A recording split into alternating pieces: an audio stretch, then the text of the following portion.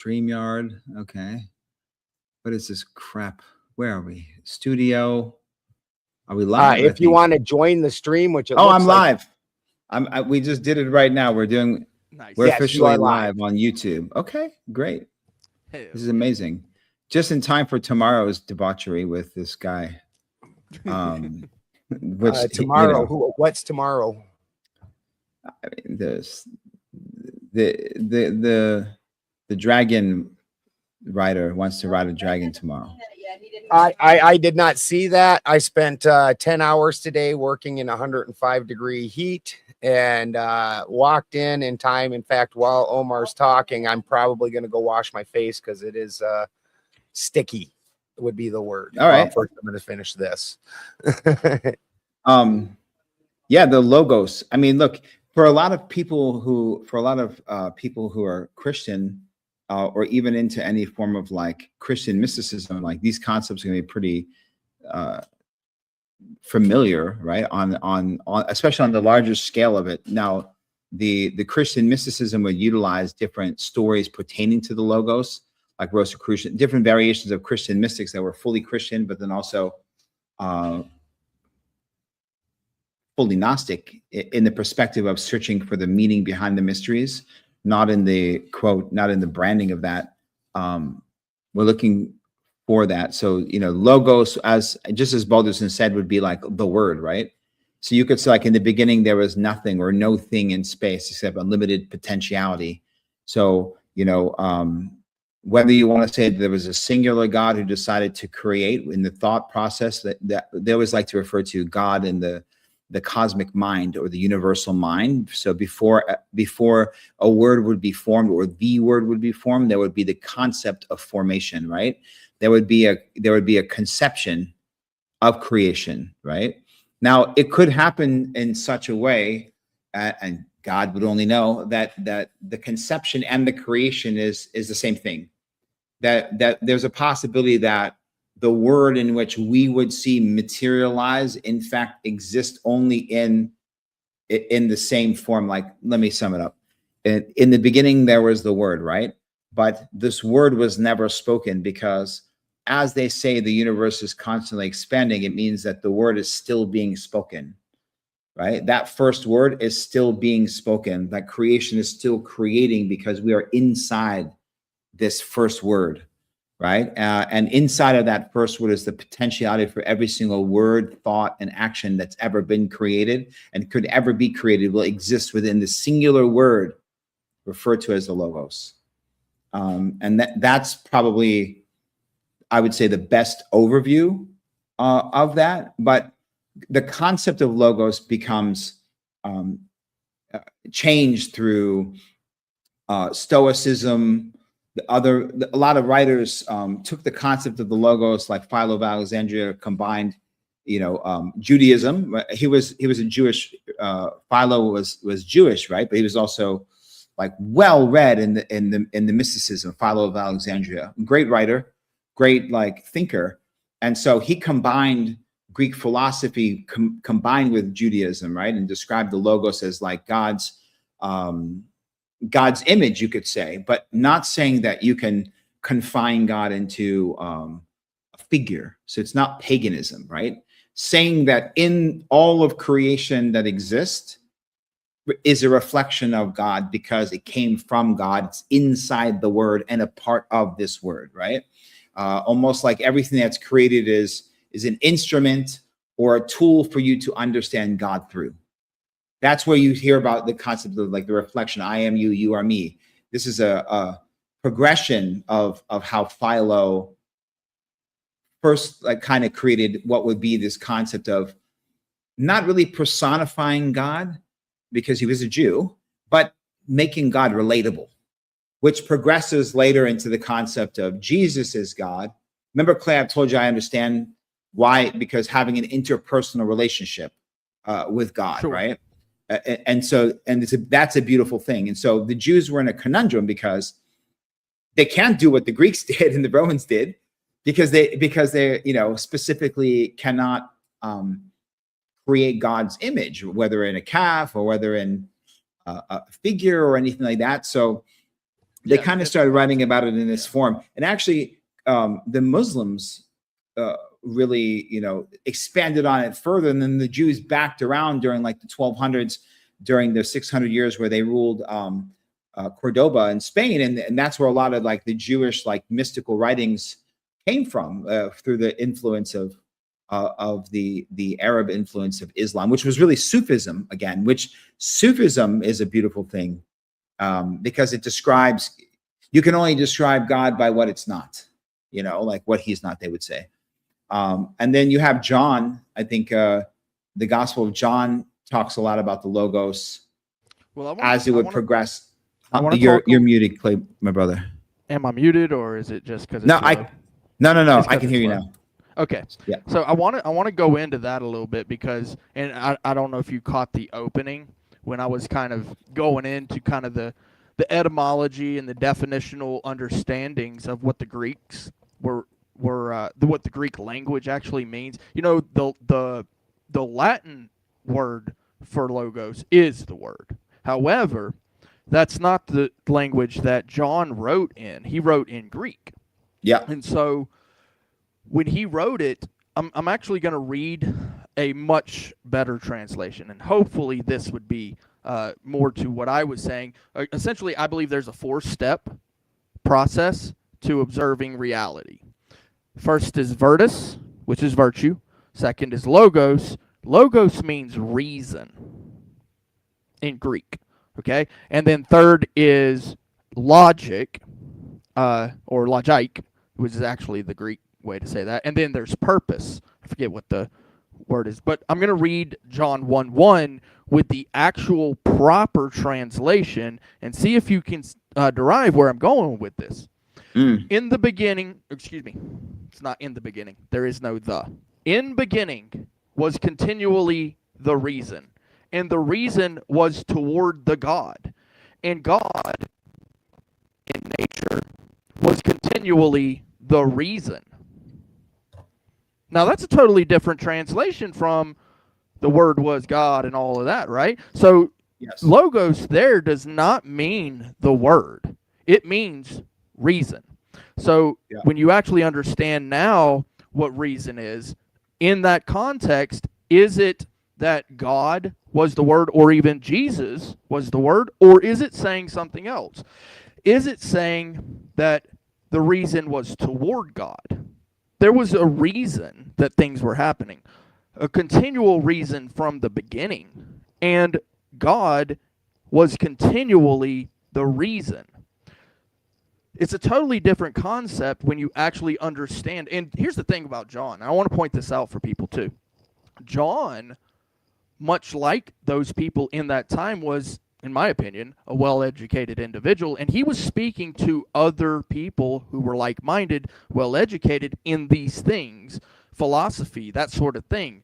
So what he was actually doing was he was speaking to them on their terms, saying, there's a reason for all of this, what's going on, instead of just calling Jesus the Word, which is where this is where it seems like I'm attacking the Ortho Bros and all of the Christians. I have to blame them though, because they keep getting it wrong. Yeah. Logos means reason, and if Jesus is the reason according to their doctrine, according to the doctrine, if that be the case, then calling him the Word is something completely different, because verbum is actually the word for logos. And there's another one. So verbum is I believe, the spoken word, and then the other one is the word for the written word. So the Greeks had 2 words for word, and they did not, and John here did not use that word, either one of them. He used the word logos, which means reason, not the word. The Latin word logos means the word, but he did not write in Latin. This is where Jerome got it wrong, which was what I was talking to Balderson earlier about, is he actually was putting out doctrine at that point. He had already formulated a conclusion that the reason is the word, so the written word or the spoken word being that reason, so he's already formulating in his mind an unreasonable conclusion. It's doctrine. It's not truth. The truth is reason. Does I- that make sense? I couldn't agree with you. Yeah, no, I'm so happy to hear what you're talking about. This is like the whole point. Like the point is from the first most important point that you made is the fact that John wrote in Greek, okay, not Latin. Okay, so if we're talking about like these time periods, right? Biblical Hebrew has between, they like to say 8,000 words, but generally speaking, it's about 6,000 words. Okay, so biblical Hebrew, right to the point, 6,000 words. But ancient Greek, or what's called Koine Greek, is like over 400,000 words. Okay, so this man wrote in that language, and so it's not like, well, by word he meant word, or he meant word in the, no, they don't need, they have 8 words for that word. You know, like Yeah, we have today, one word for love. It's love. yeah, like Oxford Dictionary says that we have like 600,000 words in English, and the most I remember ever seeing, including Ebonics and slang and everything in the English language, is up to 1.2 million. Point is, the Greeks had 400 to 600,000 words back then. Okay, Yeah. back then, so they didn't have a problem communicating things in specific details. For But us. this is what I was trying to state before. So our word love doesn't communicate the essence of it in any way, shape, or form. Where in the Greek, and God knows I'm not trying to fucking glow up the Greeks and any Me of their either. shit, but in the Greek, you got like, take Philos. Philos would be something the three of us share. It's a brotherly love. So you're getting the essence of that love in the word. This is where they were trying to actually achieve the essence of a thing, and understanding that that love is not the same love that I have with Christy. I'm not going to sit around and drink beers and shoot the shit and fix cars with Christy and yell profanities at things. This isn't what that I don't know why their bikes are so low. Mine, so that probably does make mine seem like it's coming in loud, but their bikes are coming in super low, both of them. Mine's low. Yeah.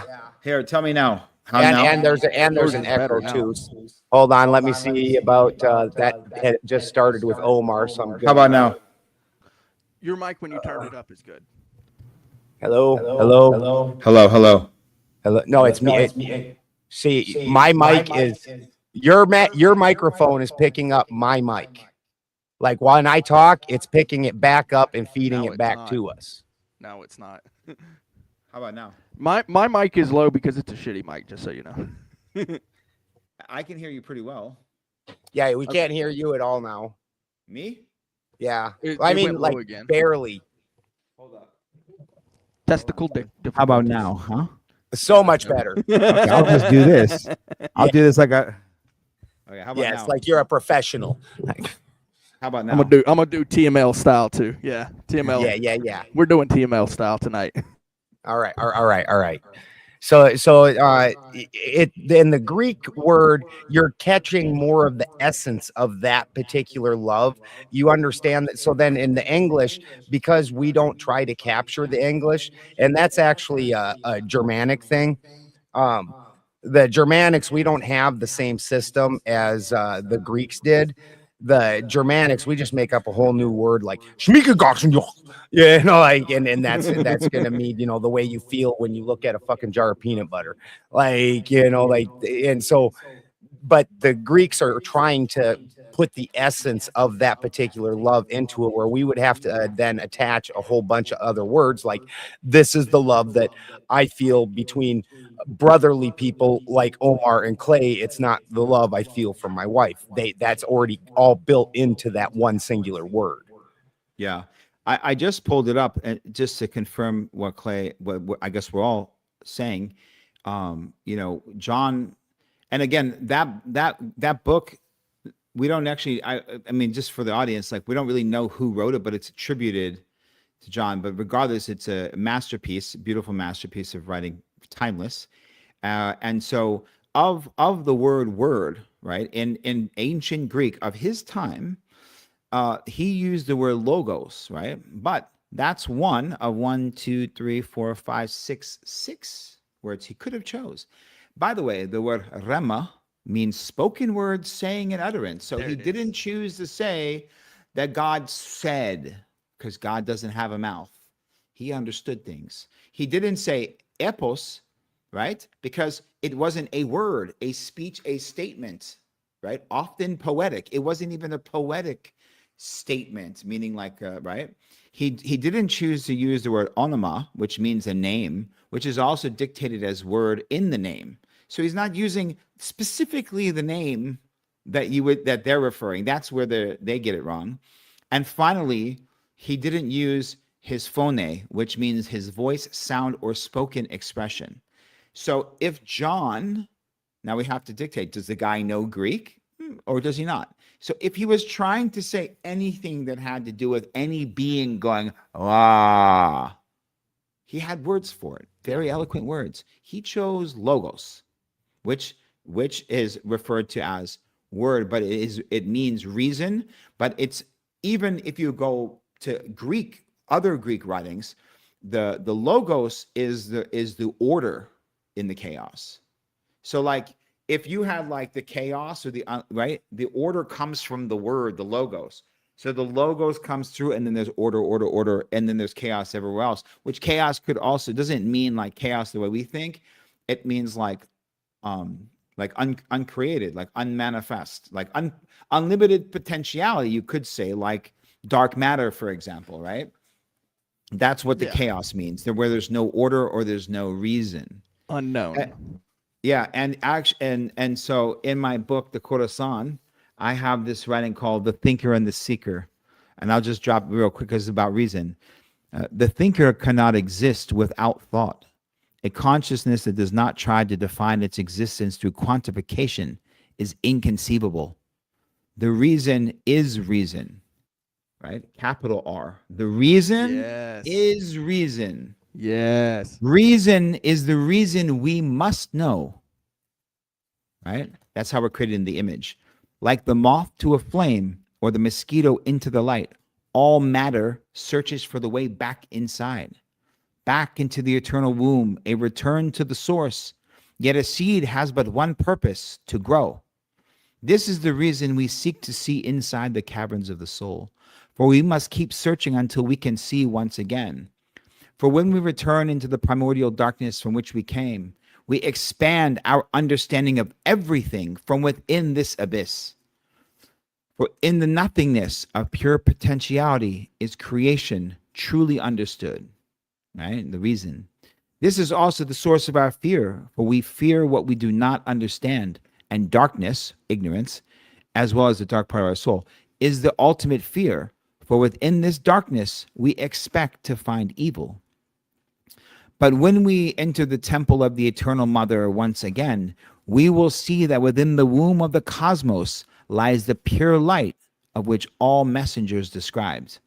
This context would refer to the yoke of unlimited potentiality, the ma'at, or the dark matter, and the God the Father that you would say would be the seed of the creation of the matter. And the combination of this provides existence in something existence in material in some form.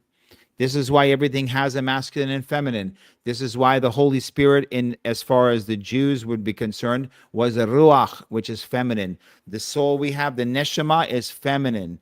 The neshama and the ruach, the pneuma in Greek was neutral. The Greeks had an interesting perspective on that. Paul attributed it to a masculine for the Holy Spirit concept. But the point is to say the reason on a fundamental level, understood, is always the same. You know? And you can go, by the way, we can go into the Zoroastrians, we can go into the ancient Egyptian, we can go into the Germanic. It'll be the same basic understanding of the foundations of the primordial creation. So I wanted to touch back on, because like I said, I don't know if you heard the what I was talking about before, as far as the four structured portions of the order here, where I believe the Aristotelian viewpoint came from when he was actually working all of this out. So virtue was always something that's always been discussed, like what is beneficial to us isn't necessarily virtue.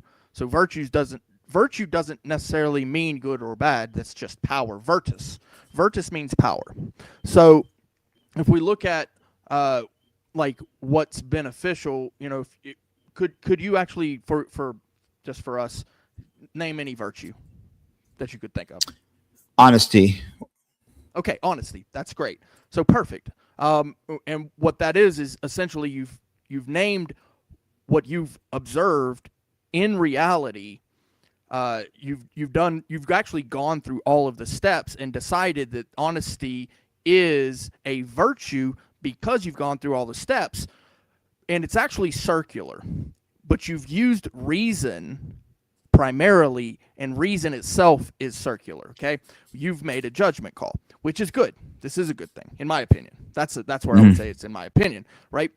So with virtue being power, right? So you observed somebody being honest, and in that, then you used reason, which comes before logic, because you can't do logic without reason.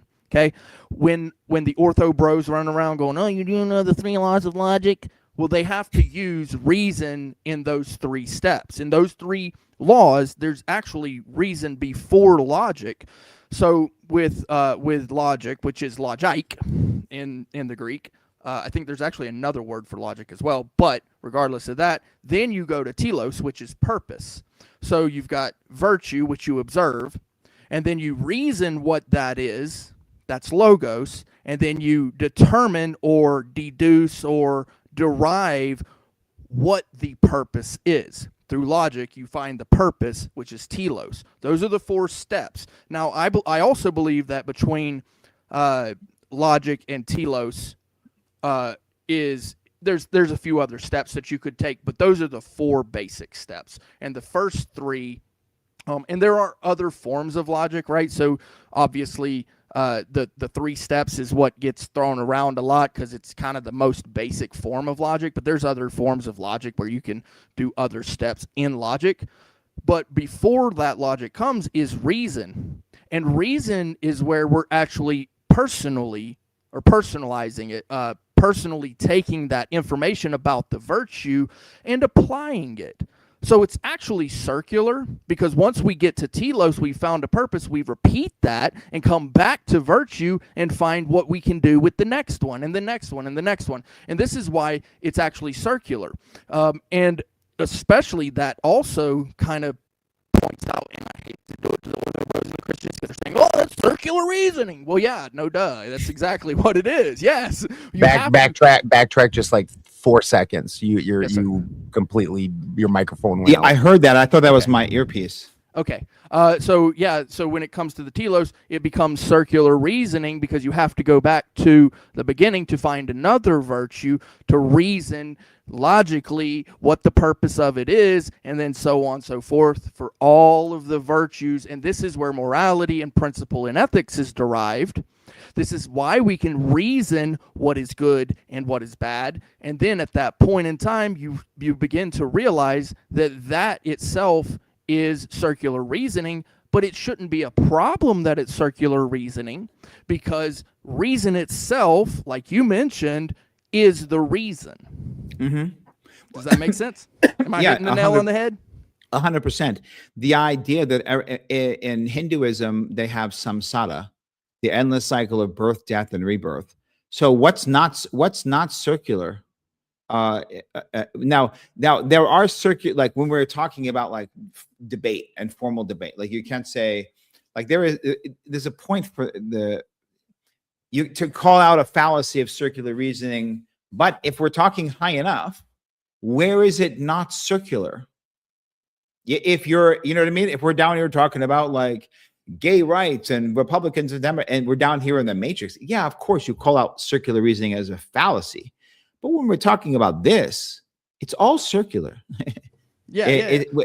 Well, it's like it's being unreasonable, right? So, and this is where I was pointing out to Ben earlier, which is that let's say that we're trying to identify a color, right? And on the basic color wheel, there are 6.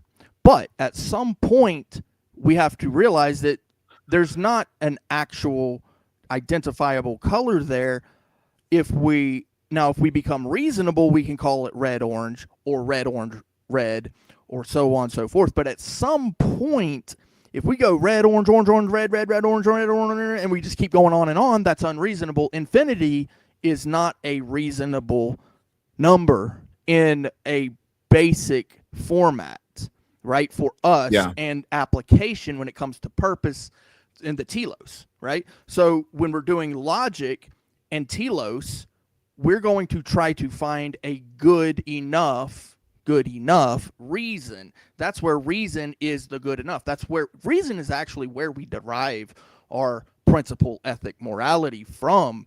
We observe the virtus, the power in nature, and through reason, our conscience, right? That's the thing that we have now to observe and say, okay, that could be a good thing or could be a bad thing, and then we use our logic. It's reason that we're using to apply in the end to decide whether something is good or bad, right or wrong. Yeah, 100%. It's almost like the Greeks didn't even.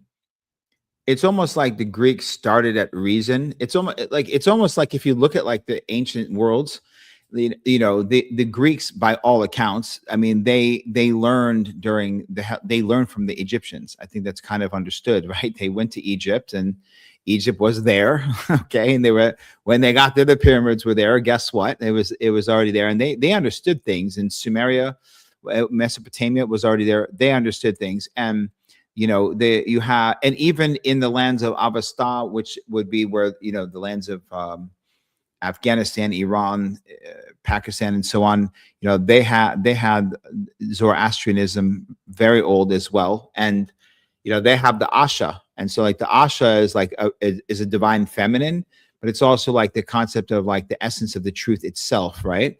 And the Ma'at you had in Egypt, but you also had in Sumeria they had the Mi. It's actually Me, and Me is like the sacred divine powers, like the functions, the ordinances, like the governing body, and the whole. So call it primordials.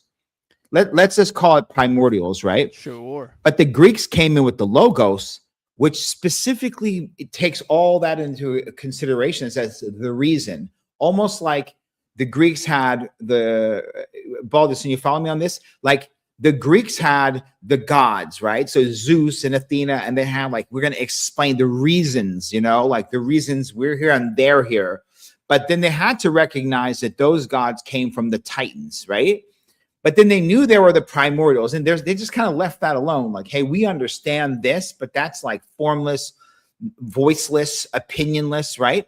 But they had to, in Hebrew, they call it simsim. It's like constriction. Like in order to understand God, El had to create El Elyon, and El Elyon had to create the Elohim. And that's why each one has an L in it, And so the Greeks kind of just picked up on they just like granted the primordials, and it's coming with the logos, right? And the logo, that's where things started to kind of get explained. Yeah, exactly. Well, that's where in today's terminology, because we have to always come up with our own understandings. It turns into archetypes for when you're talking about dealing with humans.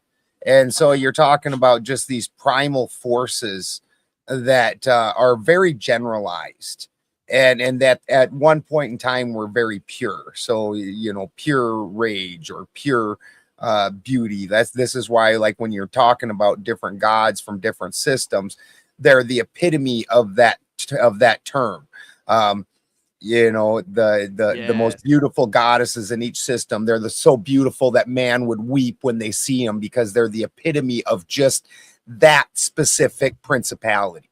And so this is something that we're trying to, this is where the logos becomes the most difficult, because it's that essence of something that you're trying to name.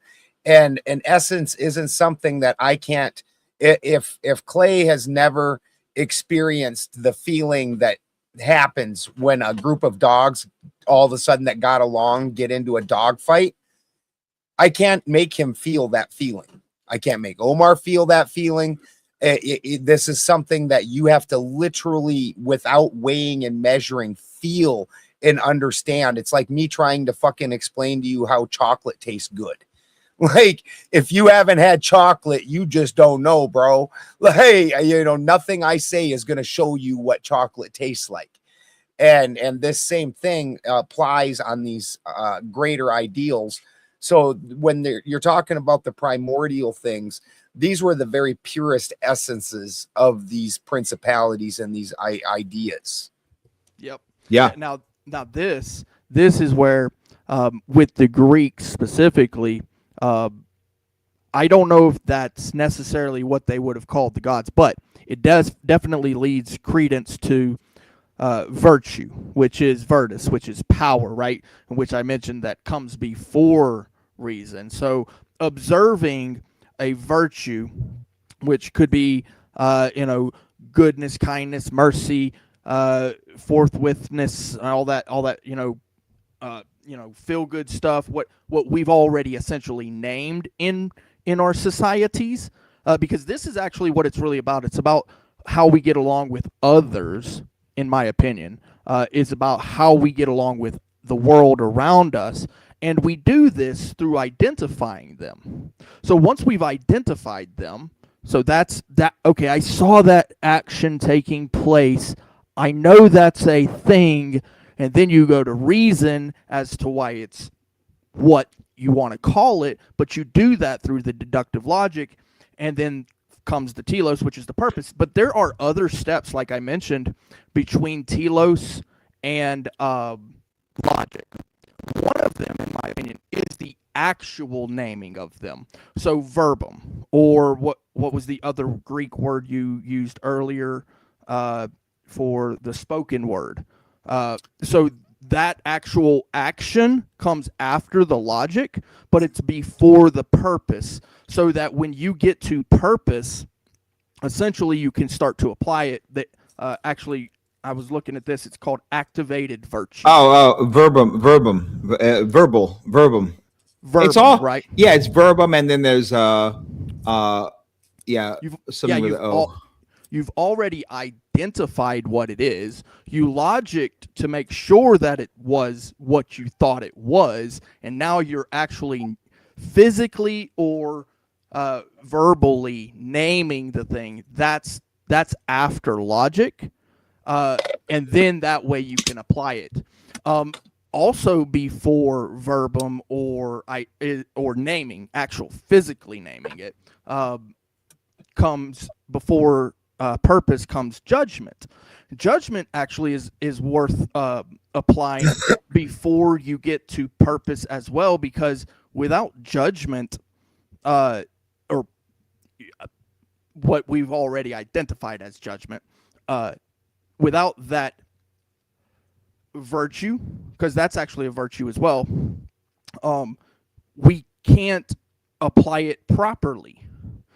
So the application would be the final end, is what I'm basically saying. Everything between logic and telos is those other steps that we take to ensure that when we finally take action, we know that that's the proper identified action based upon the virtue that we've found and upon the circular reasoning that we've made through logic. It's through logic, right? After reason comes logic, and after logic comes purpose. But between, like I said, logic and purpose, there's all these, and there's multiple, like, and there's probably infinite steps in there. But again, just to say it again, there's only 4 basic ones, because the purpose would be the 4th. And that's my understanding of it. Yeah, I mean, these Greeks were, they were in Egypt before Alexander the Great conquered it in, 320. He died. He conquered Egypt. He died like 3 years later or something in India. So it was pretty quick. Yeah, it was very quick. And then Yeah, when you try to take your guys to continual war and they figure that out and they're like, oh, so basically I'm just going to keep doing this till I die because you won't stop. It takes some of the motivation out of the troops. I don't know. Yeah. I mean, I always remember because the Council of Nicaea, everyone says 325, but it was concluded in 325. It was the council was summoned by Constantine in 323. The council was a 2-year situation, and 323 AD, but 323 BC is well, part when, of that being because like they had to actually go and send officers to grab some of these figures. There was a number of figures when Constantine put that together. It was what the original purpose was to resolve the Arian crisis. Yeah. And so everybody, there was a bunch of them that refused to come in. And so they had to start it. And then they had to go send all these guys out and force them to come in and have these conversations. And the whole thing's kind of wild because then a couple years later, and this is something that the orthos and most people don't talk about, a couple years after the original decision, that got overturned. And the entire church took the Arian position for quite some time. Constantine's mother was believed in Arianism, and it was like less than it was like 20 years. It was not even 30. It was like 20 years, let's say. Like the Council of Nicaea held strong, and then within 20 years, everyone was an Arian. I think one guy said, like, I woke up one day and everyone was an Arian. But that, by the way, and who was Arius? Arius was the priest of where? Alexandria, where? Egypt. And so so for me, I make a mental note, like 323 BC is when Alexander the Great conquered Egypt, and 323 AD is when the Council of Nicaea first started with Constantine. So it's like an easy thing to remember. And in between that's not even that long time in between that, but and then they like to rewrite history like, as if the Greeks weren't studying in the mystery schools of Alexandria. Oh, okay, yeah, sure. They didn't pick up nothing. They're like, oh no, they didn't. There's no proof that Aristotle and Plato and Socrates learned everything in Egypt. It's like, really? Like, go look at because 323 BC is when Alexander the Great conquered Egypt. But the Heraclitus was the first one to write about logos, and that's like 500 BC. So it's like 150 years. So, and then go look at every single Greek writer from Heraclitus to when Alexander the Great, to everyone. And what were they writing about? Like, come on, man. Like, you have to give people props where things come from. Like, you can't just erase the history and that. But that the key is to do it in the original language. Again, I was like, my criticism so far, or you could say textual criticism of the Abrahamic faith is not with a goal in mind. It's to go to the beginning sources, and I do the same thing with every single language of every single book that has anything in it. Like, it's not, what I mean. My conclusion is I'm trying to find the answer. Yeah, if you want to, the reason.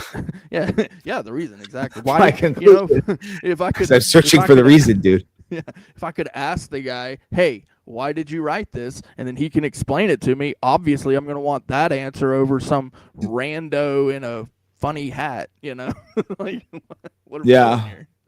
Yeah. And they say like Arianism, is what?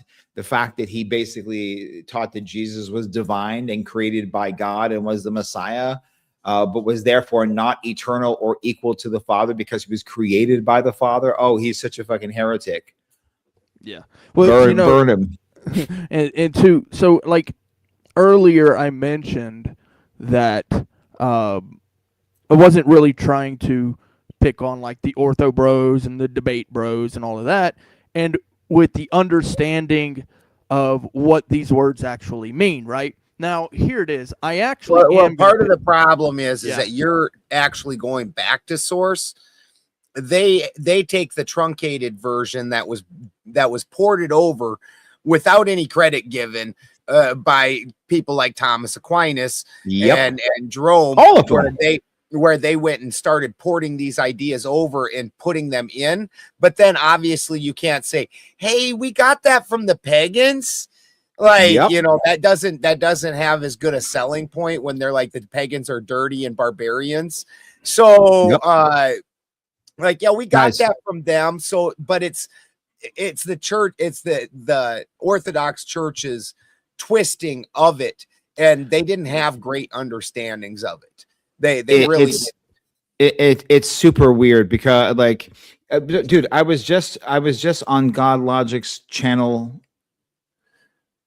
not last night, the night before, and he is talking about his debate with the Sheikh Uthman, and I came on, he's like, are you a Muslim? And I was like, well, do I submit to the will of God? Sure. And he's like, no, but are you, this is for Muslims. And I was like, well, if you're sitting here dunking on saying there's no Muslims coming on here that know what they're talking about, do you want to actually have like a conversation?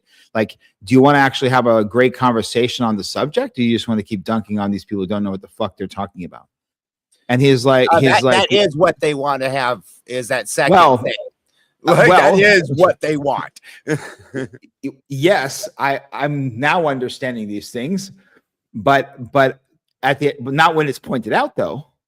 When it's pointed out now, no, of course I want to talk to you. And I said, like, you're pointing the finger at the Muslims, but what you fail to understand is you have the Christian dilemma, like the Ortho Bros. You have the Christian dilemma. He's like, what's the Christian dilemma? I've never heard about it. I was like, that's because I wrote it last week. I said, you're about to start hearing about it. It's like, it's 2 pages. Yeah. It's 2 pages. And it's a fucking doozy. It's too many doctrines. And the thing is I'm not expecting one doctrine anyway. Right? Like, the idea that we're all going to believe the exact same thing is already out on me. Like, I'm not going to expect, because the thing, like, with reason, like, let's take it back to Logos. Reason, right? That's about experience. So I am going to understand the thing a certain way because of my own experience. I've seen virtue played out in this instance, in that instance, like a young man growing up in a home where his father's abusive and an alcoholic and all of that craziness, right? He's going to derive what is reasonable differently than someone who doesn't grow up around that, right? Like, the idea that those 2 young men should reach the age of 18 and all of a sudden have now the exact same ideology is just goofy on the easiest word, but then you take into consideration that there might even be some very, very, very similar experiences, but even still, there's going to be some type of variation. Like, the reasonableness behind an unreasonable one world doctrine is just absolutely asinine. And hold on one second, Omar. Spin City comes with the big 2 and says, hello, Anchor Baby. Glad you could make it. Well, and Tom comes in with the big 30 and says, could you explain Arianism to me? Because I always think of what the NSDAP definition of an Aryan when I think about it. So Tom's asking, he's thinking of the wears red laces and suspenders type Aryan, and everything's white, as opposed to Arius. He was actually, that was just his name. So when it's Aryan, it's because his name is Arius. Yeah.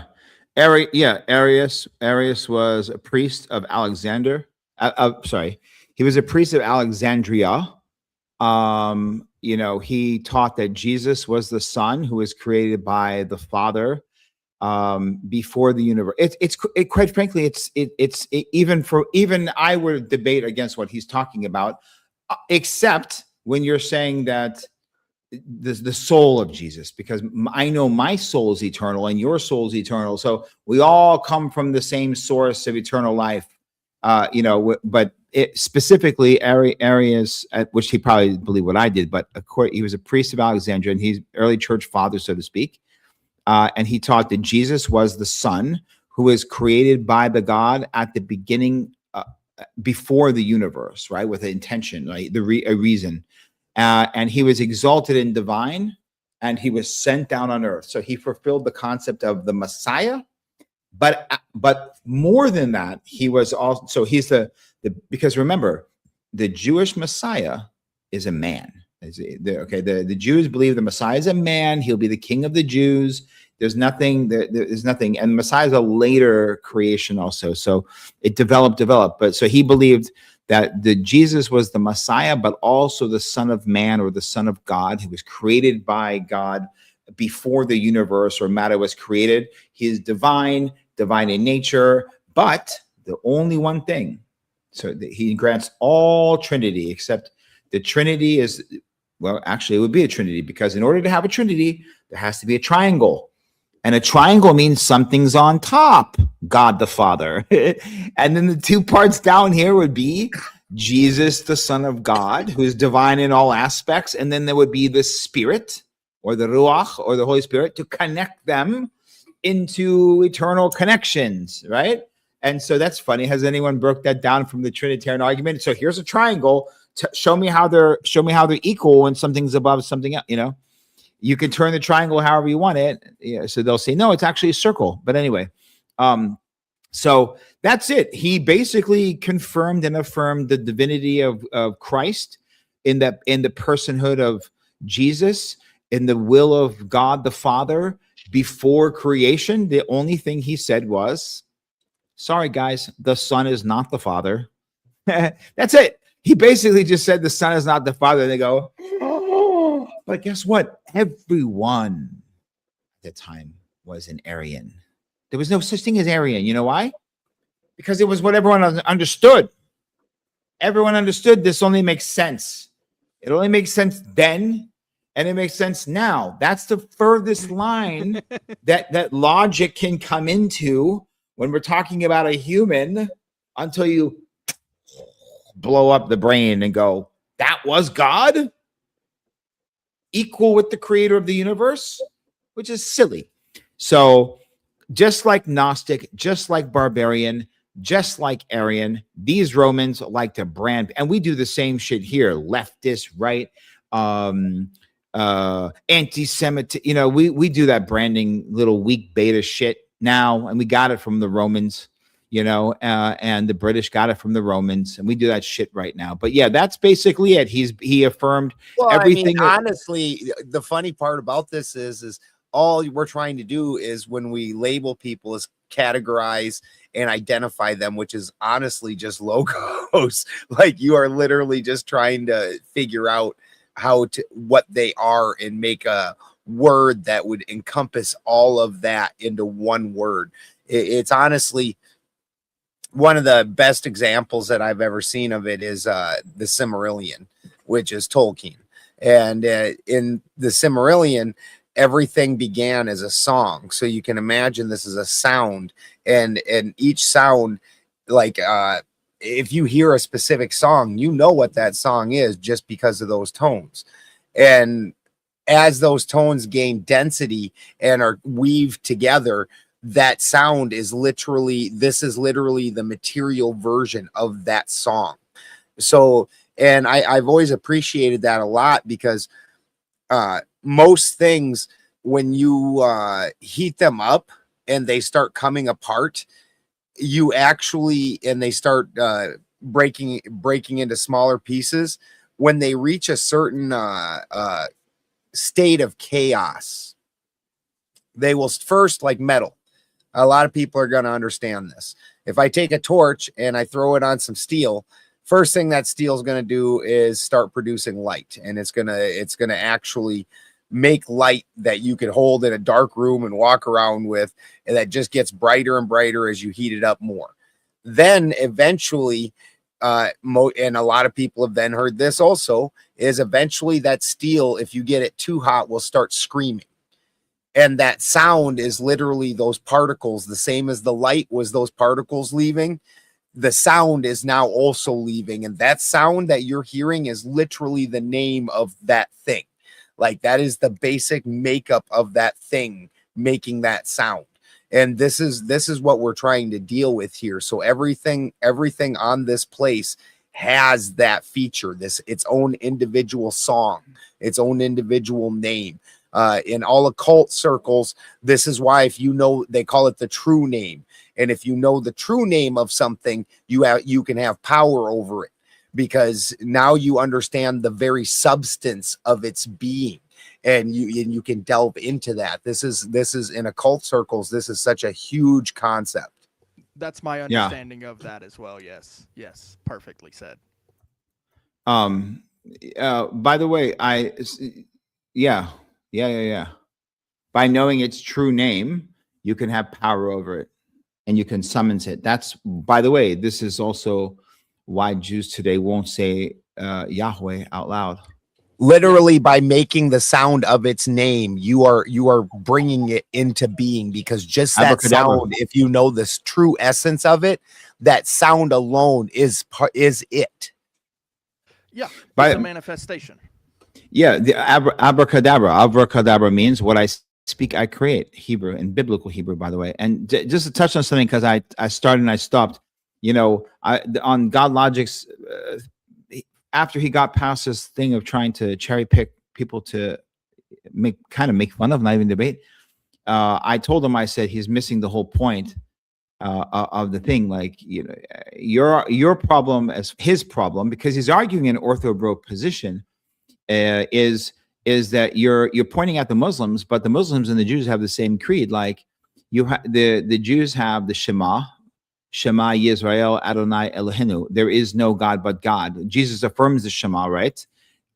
Which is there is no God but God, right? The Muslims have Tahil, La ilaha illallah. There is no God but God, meaning one God, right? But the Christians have Nicene Creed, Orthos specifically, right? And then I told him, I said, hey, Nicene Creed, right? And he goes, yeah. I go, which one? He goes, what do you mean, which one? And I go, which Nicene Creed? Oh, that's so funny, bro. Oh. Which Nicene Creed are you affirming? And he's like, there's only one, man. And I go, oh, really? Why don't you look that up? And he like really concerned. By the way, you can play. It's 2 days ago. He's like this concerned, because it's like he never heard this before. And again, this is not a knock on him. I don't expect him to hear it before. Why would anyone have told him that there was two Nicene creeds at the Western Roman Empire and the Eastern Roman Empire, that were split for how long? How long were they split until the very end? No, but most people don't know there was a Western and Eastern Roman Empire, or that there was any differentiation between it. But if you consider yourself a Christian that follows the early church fathers and apostolic tradition, wouldn't you know of the Great Schism? Well, you know what? There's actually a phrase for what you're talking about. It's called dance monkey dance. Yeah. So I told him, I said, your argument, your problem that you have, that the Muslims don't fully get to argue, if the Father begets and the Son is begotten, and eternal is never created, then what are you talking about? You know what I mean? So you and I don't agree on that one, but that's okay. Yeah, that's fine, but that's true. We don't agree on that, but no, we don't. The point. Can I? But hold on. Let me tie it all in here, because this will go right into our conversation. Because what I'm trying to state is that the Western Empire of Rome and the Eastern Empire of the Eastern traditions were arguing the same thing there and then in those days, 1,000+ years ago. Again, you know what I mean? So that's what I'm trying to say. Do it here. That's why I love it here. That's what I'm planting the seed for that. But they, whether it's God Logic, whether it's Jay Dyer, and I know Jay Dyer knows of the Great Schism. It's called the Great Schism. It's a big part of their history. It would be like talking about it would be like talking about the First Crusade. So it's not states, but it is though, because here's the best part: they pretend like it didn't happen. Oh, it just never happened, And so the problem they have, which is a very, very, very big problem, or it was really those guys over there. In the Western Creed, it basically says that the Holy Spirit proceeds from the Father and the Son. The Father and the Son share in the Spirit's procession, right? And this is Latin. This is Roman. The Eastern Creed says the Holy Spirit proceeds from the Father, and the Father is the single source from within the Trinity. And this and it's also written in Greek, so it's very specific on this thing. And so again, so the whole premise is that Jesus received, not co-created this situation. Anyway, and someone's trying to AirPlay my computer. Weird. Anyway, the point is eternally begotten or not, and the concept of the whole thing was this schism, which is called the Great Schism, happened for it was such a big thing between the Eastern and Roman Empire that it made them split into two separate empires. Okay, so the concept of the Arian controversy never went away. It split up Rome. Rome didn't get split up by barbarians. Rome got split up because half the people said, it makes no sense to tell me that Jesus the Messiah is also God. And the other half said, it does make sense. You just have to have faith. Faith because we told you so. And that's the same argument today. You know? Try being more respectful. Hell no. I gotta keep it. I'm just gonna say That's no. hilarious. You know what? Tell Ben to shave his beard. Lean Hey, in. just like in those days, you have these apologists, these ortho bros. Yes, Father. Yes. Oh, I'll go out and lie to everyone and have, because you need people with no faith. You need people who just want to win arguments, because those same people are still running around today and attacking Christians, like good people that have great faith. But that's literally been their whole history. Christians are the most murderous to each other that anybody's ever been. Well, it's Rome trying to control it's Rome trying to control their sheep in basically taking their concept of Jesus as God, and anyone who disagrees is going to be excommunicated, a heretic, a barbarian, a Gnostic. But meanwhile, do I blame the Protestant Reformation? No. Do I blame anyone? It doesn't make any damn sense. Even the Muslims, 2 billion Muslims believe in Jesus Christ, the Messiah. 2 chapters in the Quran praises Mother Mary as being chosen by God almost above anyone else to give birth to the virgin birth of God's son. The Muslims believe in the virgin birth. To me, that right there, to me, I mean, I don't want to get into that right now, but that right there doesn't make it, that's like, okay, but 2 billion Muslims will kill you if you believe that is not real. You go tell a Muslim, make fun of the virgin birth. Go make fun of the virgin birth to a Muslim. I want to see someone do it. It's going to be like right up there. Why don't you draw pictures of Muhammad? It's the same problem for them. You understand? They tone down when people make fun of Jesus a little bit because, again, could be the plan. Because of who Jesus was and what he preached.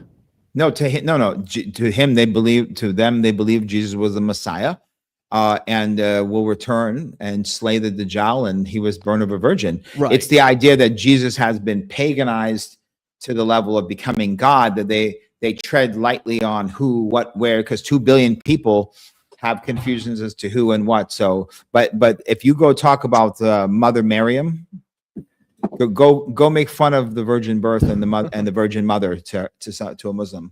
That'll really get it going for you. I want to see that.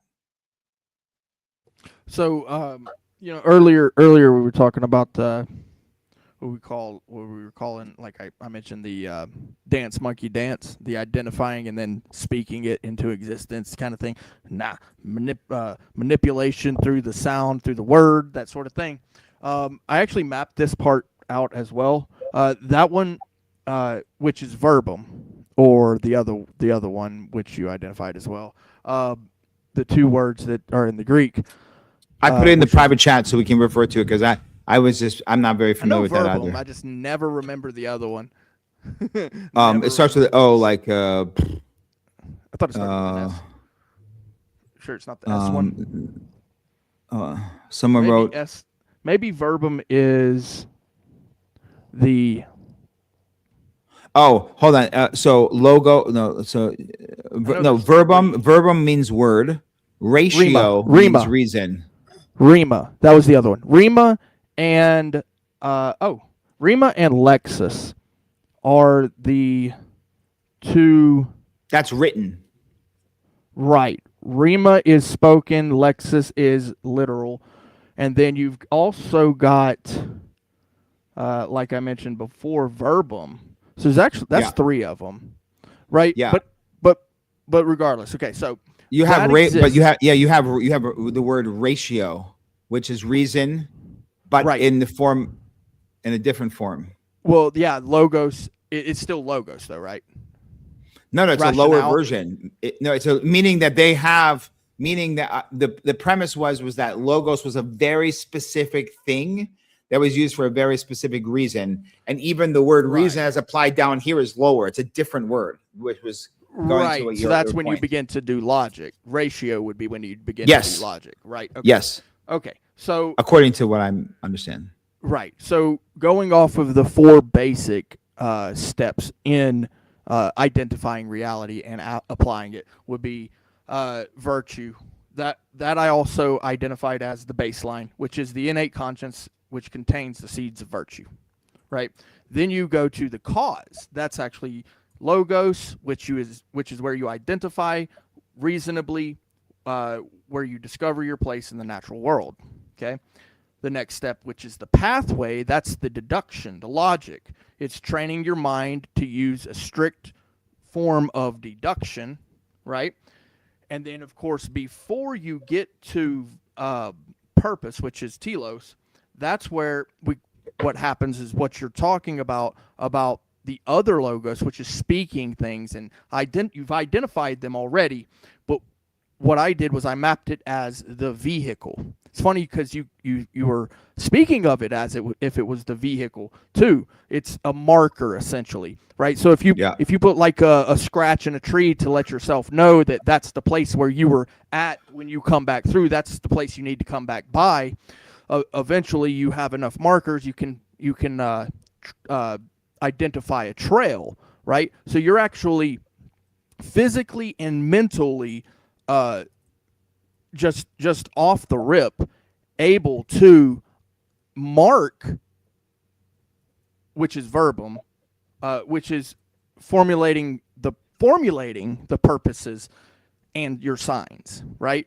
So I wanted to go back to that because you guys were talking about the manifestation through the word, which is essentially like manipulation of the outside world around you just through the word itself, which is what Ben talks a lot about, which is the occult, understanding, the metallurgy and the working with the ground and how to do that. Well, you do that by physically and mentally saying these words or writing these words, whether it's in the sand, on paper, whether it's just a mark in the tree, or if it's calligraphy or any other form of writing or speaking, sounds, music. You mentioned music.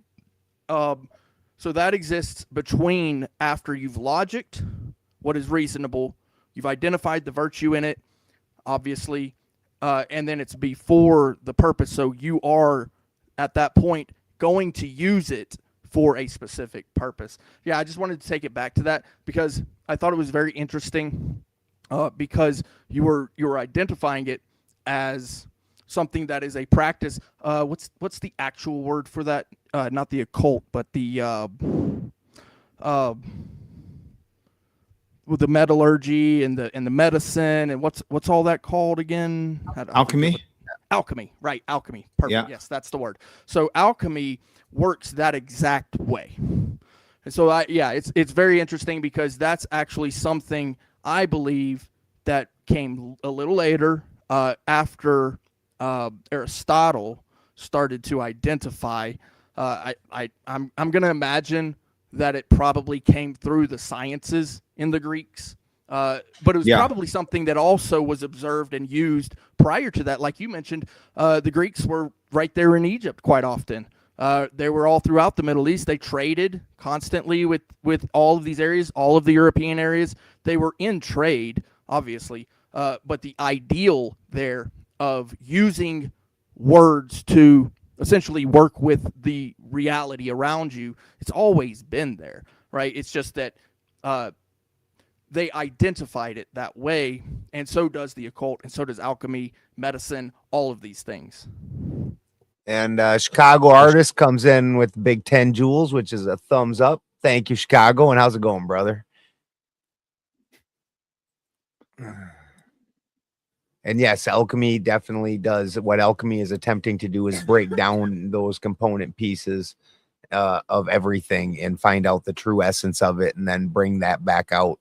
And in the deeper understandings of alchemy, you understand, like in spagyrics, that the carbon and the cellular material and the water belong to the earth. That's not part of the true you. Those are the things that were used to help to make you able to be in this plane, in this density, and in this experience.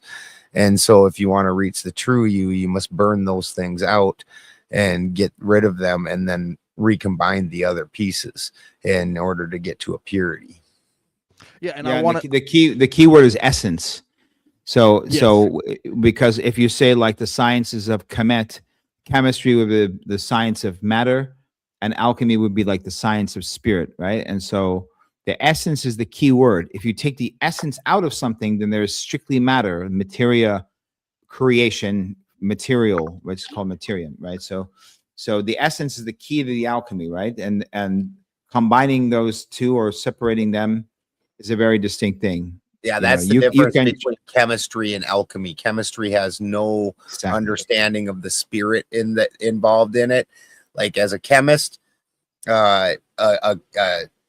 something derived, any type of a mineral, chemical, whatever derived, it doesn't matter where it's derived from. If the actual structure of the particle is the same, it's the same thing. And as an alchemist, no, that's absolutely not the fact. Like Right. in basic spagyrics, if you're not using the actual alcohol derived from the plant material itself to do the extraction, you're doing a much lesser extraction. And then if you're doing the much lesser extraction of the best of those is organic red grapes.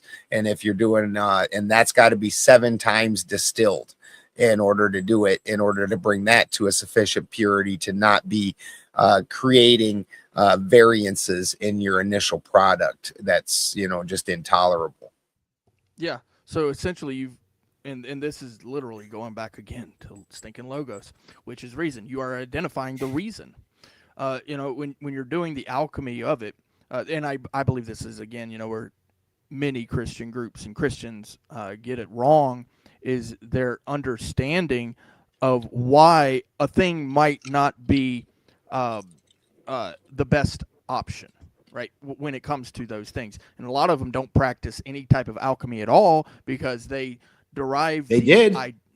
They used They to. used to, and then they were getting persecuted by the Roman Catholic Church, branded heretics, and burnt at the stake with everything stolen and burned. I mean, Which that stake thing sucks. That burned at the stake. It really made I'm an actual practicing lab alchemist. And if they were burning them at the stake, I'd be a little bit, I wouldn't say that shit out loud. I would consider not doing it. Mm-hmm. Yeah. Exactly. especially if they didn't like you, they wouldn't add any. If they had mercy with the burning, they would add some fuel to the fire. But if they didn't, they would make sure the fire was very slowly cooking, very slowly from the bottom. Yeah. They so would even use damp wood, by the way. They'd use Yeah. damp wood to make sure that you really got taught the long lesson. low. Yeah, cook them on low. Catholic Church, buddy. But yeah, so understanding this is of course where virtue comes in, which is power. Why the power is being used, right? So what the church did was that they said all use of these powers is bad, essentially, right? But that's unreasonable. Right? That is Well, they not would say based even on the logos. they would say even searching on your own Yes. is evil. And that's where sola scriptura comes from, by the way. Yeah, you can't do this on your own. You know, the funny thing is you have to act upon your own before you can act with others. And that includes, in my opinion, acting with God. Now, I know that according to the doctrine, all things are possible with God. But when I was born, you know, I didn't know anything. I didn't know about God. I didn't know about mom and dad. I didn't know anything about that. I just knew. That's what I knew. Where's the teat? Milk. That's all we need to Milk, know now, even now. I didn't even know mama. I just knew milk. Where's my milk? And where's my towel? You know, that's all I knew. And as I was fed more and more, including, by the way, alchemy, I was fed, which is the words and the culture and all of the items that I was used that were used to protect my naked little rump when I was a baby. When it comes to all of that, essentially, once I began to understand that knowledge, then I was able to apply it. And of course, I believe that there is a God. And so I would go to him now to ask what's the next step, believing, of course, that he would provide an answer for me. But that doesn't mean that I can't act on my own, right? Like I have to. I have no choice on that. Like every single second of every single day relies on me making reasonable decisions based upon things that I've already seen in nature. And if I don't actually understand that, and I think, oh, sola scriptura, well, that's even a bad, by the way, sola scriptura, the way that they treat that is a poor understanding of sola scriptura. The way that they paint sola scriptura is not the actual way it's applied. Sola scriptura means that you don't actually go to God to ask what is that step. Whereas what they're saying is just reading it alone by yourself is absolutely not the way you're supposed to do it. You have to inconceivable. Like, 30,000 Hail Marys before you begin to read the Bible. Like sola scriptura, they go, what are you, sola scriptura? Like, you idiot. It's like, oh, you mean, and that means only scriptura, script, only scripture. So you're basically saying like, no, I don't listen to the church fathers then, or the Pope now, or I like to read it myself. They go, you're fucking stupid. You read it yourself, you idiot. You have reading comprehension. How could you possibly? Fucking nerd. And how do you know you're right? Oh, how do I? This is like Jim. This is what Jim Bob, I just listened to. He goes, and when you read it, how do you know that what you deduce from reading it is correct? Well, I don't know, Jim. How do I know that what I read maybe 5 times is better than you just listening to some guy you've never fucking met and don't even know anything about his intentions, who happened to just get more votes one time than the other guy's opinion, and 1,000 years later, somehow that's the right one? Funny enough, they understand that they have reading comprehension. If you ask them something like, well, what's the prompt tonight?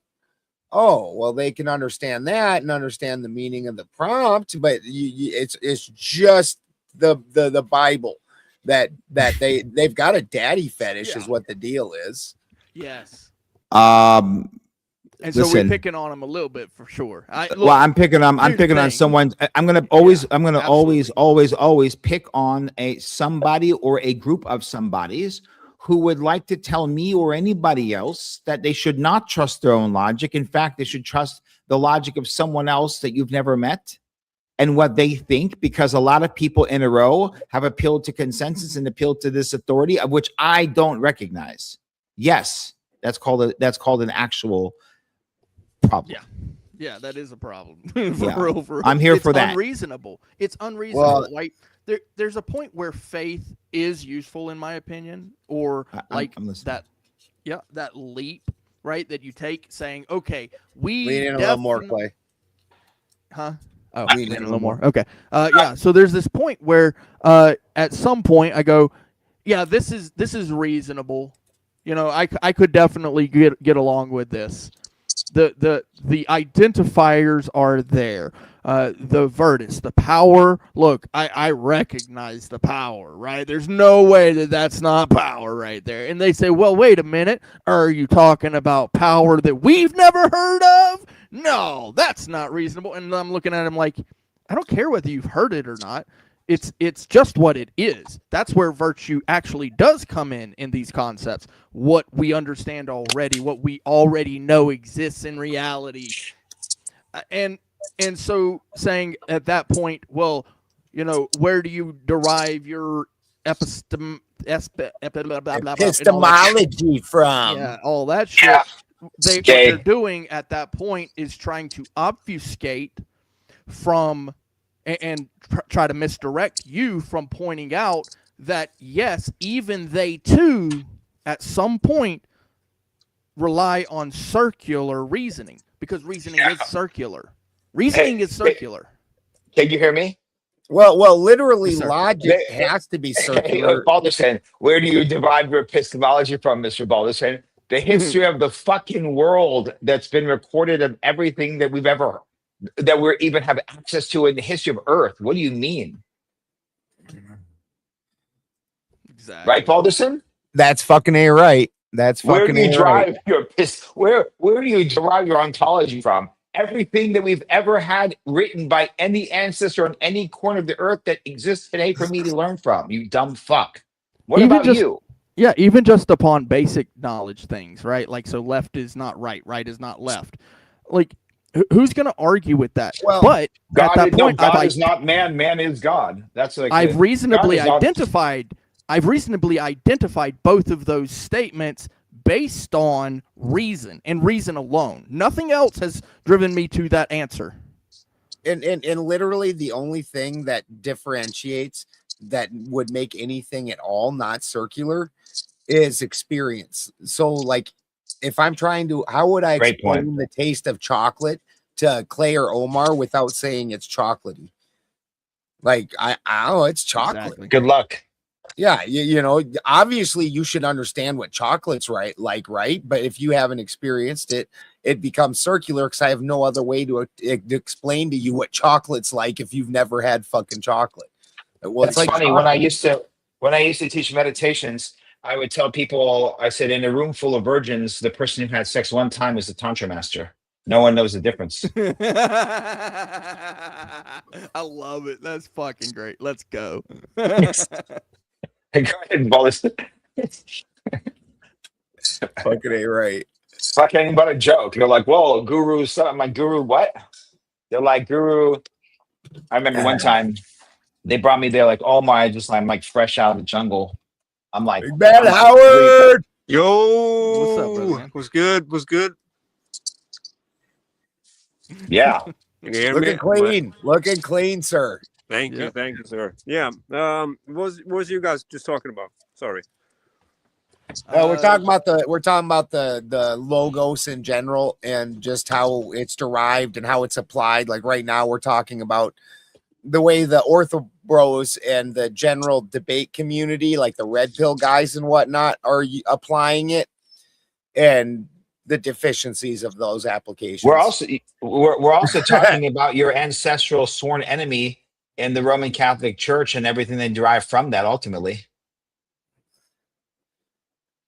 Yeah, they just need to remember Teutoburg Forest. That's all. Yeah, so essentially, just identifying that when they do the whole, what's the 3 laws of logic and all that stuff, and then they say, well, you're just basing your ideas off of circular reasoning. We're just kind of pointing out that reasoning comes before logic, and all reasoning is circular. So they are kind of hypocrites, I guess you would say, because the logic gets applied after the reasoning because the logic is the result of the reasoning. You said, Yes. this thing. Oh, look, this thing's made of plastic.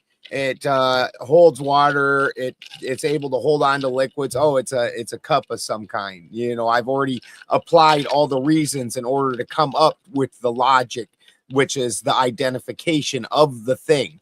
Like I've always said that, like logic is actually just naming something. Like you're identifying it, and it's a system of identifying things, and they try to make it out to be reasoning. Exactly. They're trying to I mean- apply one form of Greek philosophy to Badly another. understood Greek philosophy. Yeah. And then, of course, you've got the telos, which is the far end of that, all of that philosophy, which is purpose. And then before all of it is virtue. So and this is kind of what I was proposing, which is the four, and I'll just kind of go ahead and reiterate it one more time for folks, especially the ones coming in. There's four layers to this philosophy. It's Aristotelian, which is Aristotle. There's virtue, which is virtus, which is power. Doesn't mean it's good or bad. It's power. And then you've got reason. That's where you derive whether it's good or bad and that sort of thing. You're gonna eventually come to some type of identifier of what it ought be. Maybe there is no ought. Maybe it's just an is. And then you do logic in order to find its purpose. And that's where the three laws of logic comes in typically, or if there's some other formality in logic, because there's different forms of logic to apply, but that's like the basic one, and that's why they use it. And then you eventually get to purpose. And I was pointing out that there may be some steps in between purpose and logic, but essentially there's those four basic steps. Like you could have judgment in between there, or I identified a few other ones, but those are the four basic ones. It's essentially virtue. Then you find out reason. What's the reason why it's virtuous? Blah, blah, blah. Then you logic in order to identify that matter so that you can essentially apply it in the real world. Purpose. Telos. Hail the All Father. And one of the reasons that they don't understand that this is a system of naming things is because they've read very basic descriptions of it. They've read Aquinas and whatnot. But if you go back and read the actual stories, you see the fucking arguments, and some of them are hilarious. And my favorite being when they were trying to logic what a human was. And Socrates said, because I believe this was Socrates working through this at this point, said that it's a featherless biped. So you can imagine, somebody with 2 legs, no feathers. That kind of covers it. If pretty simplistic, but it covers it. So there's another philosopher that was just kind of the original. Try and come in and wreck your shit. And, he went and plucked a chicken and came in and set it down and said featherless biped. So, Exactly, yeah. So you're Diogenes. Diogenes, exactly. And You know, so what? It's Like- the reason. Sorry. Yeah, Howard. no. Like, I don't listen to any philosopher in history, just Diogenes. All of the other ones, even like Socrates and Aristotle, like all of them, just shut up. although you may Just not listen want to to take Diogenes, dietary, you may not want to take dietary advice from Diogenes, nor living condition advice. Maybe. Diogenes died, which he was great, but he died of eating raw octopus because he decided that everything in nature, you had the preparations and the things to take care of it, and he basically lived in a fucking like a cardboard box on the street. I mean, today's equivalent of that. And I don't he know, just man. laid there and shit himself to death and died of toxicity from fucking. Well, It happens, man. This happens don't to know, geniuses. Who That's would why think people so? got to give Kanye West more respect because he's holding it together much better. Nah, man. Diogenes would fix those Illuminati toilets. He would fucking for those who know. Shout out Donut. Anyway, I don't know what you're Diogenes. talking about. Yeah, he was great. Yeah, he's great. My favorite saying of his is when I believe it, I can't remember which philosopher was talking to him, but looked down at him and said, if you would learn to obey the king, you wouldn't have to eat lentils. And and Diogenes looked back up and said, if you had learned to eat lentils, you wouldn't have to obey the king. Yeah. my favorite circular argument to ask them is you break the syllogism down like line by line, right? And you say like, okay, let me straw man this for you. So the Bible is true because it's the word of God. True or false? They go, yes. Okay. Jesus is God because the Bible says Jesus is God. Yes. They go, yes. So the Bible is the word of God because Jesus, who is God, confirms it. They go, yes. Therefore, Jesus is God. They go, yes. There's your circle. Logic. Yep, No, there's your logic. Completely circular argument. So, Yeah. you know, because, and again, I don't even have a problem with you believing that, but don't start trying to pretend, ask me to ground my ontology. And you have a circular, you're literally, your entire belief system you just affirmed is 100% the perfect example of a circular argument. Right. Yeah. And Which like is I said, fine. it's no problem. No problem at all. But acting like circular arguments are a problem when we're talking about philosophical, religious, or political ideals is silly. Well, that's the problem with J. Down. You can be like, A is true because B, and then B is true because of A, therefore A is true. Like, so it's like, if you don't hold them accountable to that and just don't grab them at the very beginning of their problem and be like, you have to grab them at the very beginning. Otherwise now they're everywhere. Right. And then they're asking you about where does your ontology come from? Yeah, their entire thing is if a person knows or understands their theology, they're just going to turn it into a bullshit thing where they just do this whole bullshit of fucking, we're going to break down every word. You know, my Fatty is my favorite with this, where he's like, what is a couch is? What is a couch is? What is a bowl is? You know, like you're like, fucking just love it when he starts making fun of him, because that's what these dumb fuckers do. Like, they pretend like and here's the thing, their version of logic is the most materialistic version of logic, where where the Greeks were attempting to find the essence of a thing. It seems like the orthos and a lot of the red pills attempt to subvert the essence of a thing. Very similar to the way the left, because to me, the ortho bro red pill, that's your crazed fucking fanatical right. And they are the ones that will twist and turn words when we know the heart, the meaning of a thing. And then the crazed left will also do that, where now we can't even understand what we're talking about because you guys have your own fucking definitions of things, and they're just wild.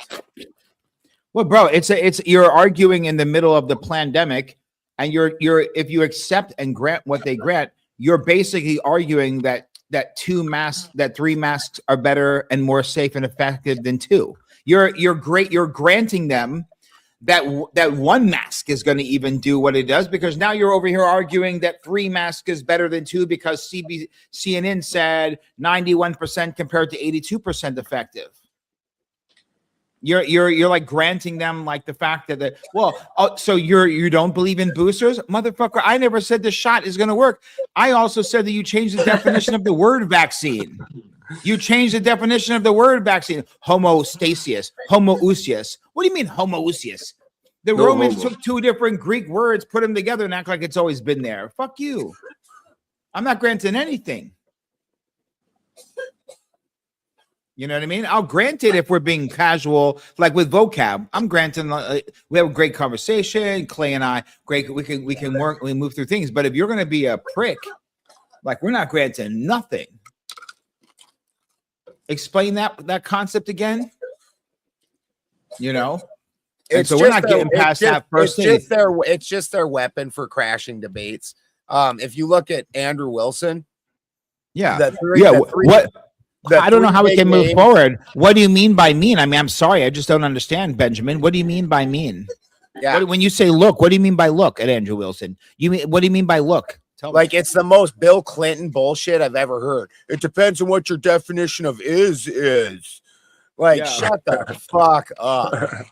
You know, 100%. By the way, I just found out. That. Sorry. Any decent debater. So over the years, now any big debate with somebody that can hold their water with them, And I don't even necessarily like these guys, but they can hold, they'll fucking stand blow for blow. And that's Muslim Lantern. He crashed that debate where the guy had no choice but to leave. Like Andrew was so offensive to him that, you know, and it was funny, don't get me wrong, but he crashed that debate. He crashed the Matt Dillahunty debate in the opening statements on purpose by being so abrasive. And then Dave Smith, when he drugged Dave Smith down this fucking road we're talking about right now, which is the Orthodox Bros favorite tool of, now I'm just going to fucking completely muddy the water on the subject at all. And we're not actually going to debate the heart of the subject. Here's the thing. And I saw all of those. Here's the thing. I agree completely. When you're on with the Muslim Lantern, who is an OG, who's on there nonstop, he's answering questions from everyone. He's in good spirit. He's smiling. He's talking to everyone. I don't understand but what you decide to do is to start insulting his prophet Muhammad. Would be the same thing as a Muslim getting on there and start making fun of Jesus, but they never would because they believe he's the Messiah. You understand? The reason why the Jews won't get on there and start making fun of Jesus is because they're afraid of the Christians. Okay? Why? Because history shows they should be. Okay? That's why they don't say nothing. But in their minds, they are. Okay? And that's so to getting on and making fun of the Muslims have to do one of two things. They either have to do something about it if you're insulting the Prophet Muhammad or any of the messengers or Jesus's mother Mary. If you make fun of him, they have to do something, or they have to leave. They have to move themselves out. So you know what I mean? The Matt Dillahunty, but to leave. That's what I'm he saying. has to. He cannot be on the street frame listening to this. And any guy that can take his own theology and he's thought it out and he can defend it, Andrew Wilson crashes the debate in some way or another. That's why when Darth Dawkins in the form of Sam came on there and started saying, "Oh, well, where do you derive your ontology?" And I said that, yeah, that's a good argument for an atheist, but you didn't. But I'm not a fucking atheist, buddy. And then his whole shit was over because I'm not an atheist. You don't got me. I believe in God more than you, asshole. I have 3 books on the subject. What have you ever affirmed about God in the God the Father in your worldview? Have you even done anything? Do you pray to God the Father every morning and every night? I don't think so. You know, so no. But the thing about Andrew Wilson is like what I just recognized and I heard, and I didn't know if that was true. And I just went and saw his debate with Dinesh D'Souza. Bro, he's 100% anti-Zionist. He's actually. He's a voice saying, no, Christians don't need to support Zionism to be a Christian. No, America is a Christian nation, which I believe America is a Christian nation, doesn't need to support Zionism nor Israel as a nation state. I was shocked because I thought he was a Christian Zionist, because there's connections to Turning Point, which is now, Charlie Kirk was getting away from Zionism and he got assassinated for whatever reasons, but in the time period that he was not being for that. So I was actually shocked because I thought for some reason it's the way he argues. Well, when you say think, I mean, I'm sorry, but I need to understand, like when you say think, what do you mean by think when you say think? I'm sorry, what?